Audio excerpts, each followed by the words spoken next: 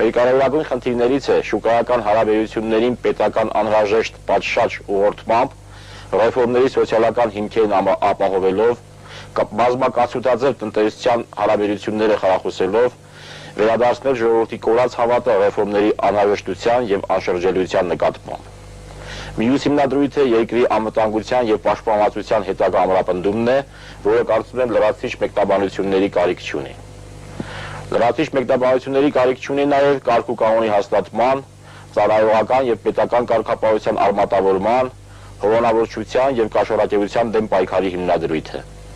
Այստեղ միայն կամք և վճռականություն է պետք, որից մենք փառք Աստծո զուրկ չենք։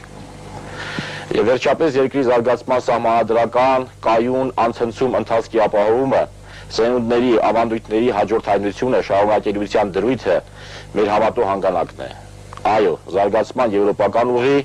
այո, ժողովրդավարություն, բայց ոչ ամենաթողություն։ Այո, համամարտկային արժեքների, մարդու իրավունքների առաջնայնություն, բայց ոչ ազգային արժեքների ոչնչացման հաշվին։ Ոչ բռնության և անբարոյականության պրոպագանդա։ Պետականության բացակայության պայմաններում հարյուրամյակներ շարունակ մեր ամուր ընտանիքներն են պաշտպանել հայերիս գոյությունն ու ինքնությունը։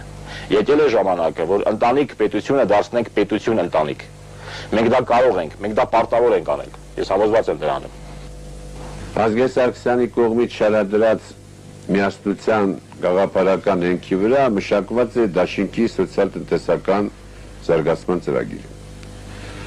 Այսօր հանրապետության առջև կանգնած հիմնախնդիրներից ամենակարևորը և ամենահրատապը երկիրը ծանր սոցիալ-տնտեսական ճգնաժամից դուրս բերելն է։ Մնացած խնդիրները ածանցում են դրանից։